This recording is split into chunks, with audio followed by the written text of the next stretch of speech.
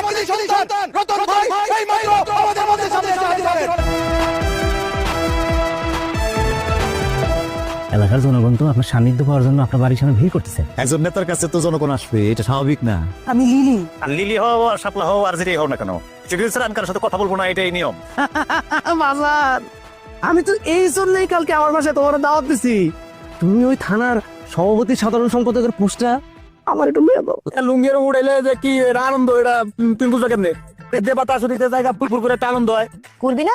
না, তাইলে আমি করুন। কি নাম তার? ওনার নাম হচ্ছে কুতুবুদ্দিন কুতখালি, ওই ধরাঠা পার্টির সভাপতি আর কেবা। নতুন করে নতুন প্রজন্ম নতুন ভাবে পড়বে, সেইভাবে প্রেম কুমগো মতো শারীরিকভাবে মানসিকভাবে প্রস্তুত থাকবো। এই সেদিন যে তোর কোষে একটা থাপ্পড় দিছিলাম, তোর কি শরম নাই? এসব রাগারাগি বাদ দিয়ে চলো কাজে অফিসে যাই, বিয়েটা করি, তারপরে তোমার শরম টরম সব ভাইয়া দেবো না আমি। চল, তুই তো এখন মায়া মানুষের মতো পেঁচাইতেছ। কত টাকা লাগবে এটা কো? তোর মনে কর শেয়ার যত বড় এটা ওরকম লাগবে। তোমার ছেলের কাজকর্ম কিন্তু আমার ভালো লাগতেছে না। কিন্তু মুশকিলটা হচ্ছে কি, আমি তো আগের মতো লোকাল নাই, আমি তো ভেরিফাইড হয়ে গেছি না। হ্যাঁ, জানলে কি হইবো? হ্যাঁ, জানলে কি হইবো?